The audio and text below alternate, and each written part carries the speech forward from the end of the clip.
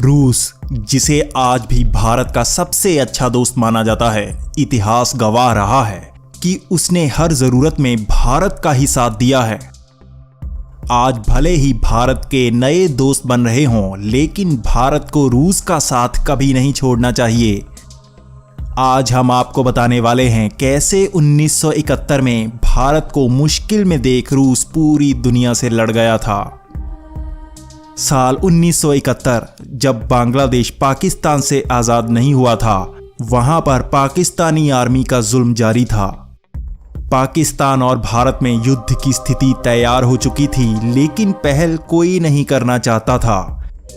तब 3 दिसंबर 1971 को पाकिस्तान एयरफोर्स ने भारतीय एयरबेस पर सरप्राइज अटैक कर दिया। पाकिस्तानी विमानों ने भारतीय बॉर्डर्स पर 480 किलोमीटर अंदर तक आकर आगरा तक हमला किया।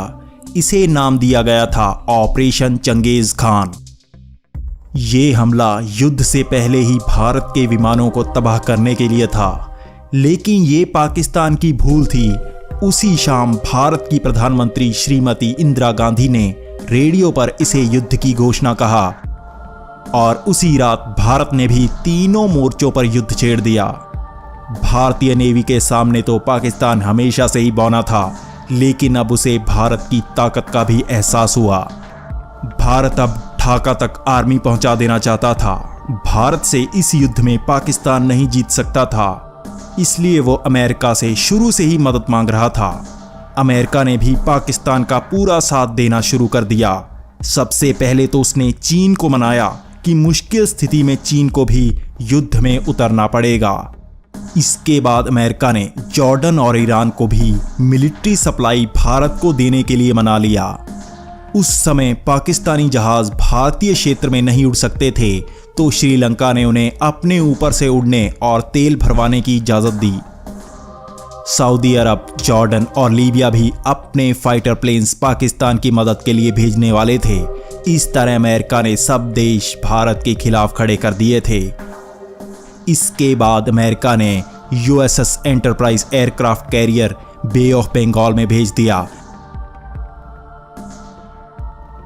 साथ ही यूनाइटेड किंगडम के HMS ईगल को भी भेजने पर राजी कर लिया। इस तरह सब देश मिलकर भारत को युद्ध में तबाह करने की तैयारी में थे और भारत भी अकेला पड़ गया था। तब मैदान में आया भारत का मित्र देश रूस, जो तब सोवियत यूनियन कहलाता था। रूस ने USA और UK को बे ऑफ बंगाल में रोकने के लिए क्रूजर्स और डिस्ट्रॉयर्स भेज दिए, जिसने अमेरिका के एयरक्राफ्ट कैरियर घेर लिए। रूस ने साथ ही न्यूक्लियर सबमरीन्स भी भेज दिए ताकि सबकी हवा टाइट हो जाए। चीन तो सोवियत यूनियन का नाम सुनकर ही सन्न पड़ गया था, इसलिए पूरे युद्ध में उसकी सेना तो क्या, कोई भाषण भी नहीं निकला।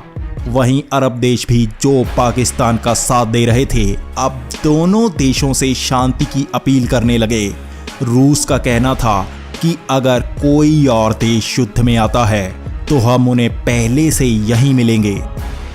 इसके बाद तो पाकिस्तान की हवा 13 दिन में ही निकल गई और 16 दिसंबर 1971 को भारत ने पाकिस्तान के 90,000 सैनिकों को कैद कर लिया और इस तरह बांग्लादेश बना।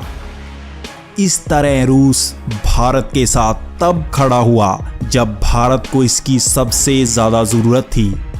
आज भी जब कोई देश भारत की तरफ उंगली करता है, उसे रूस भारत के साथ खड़ा नजर आता है।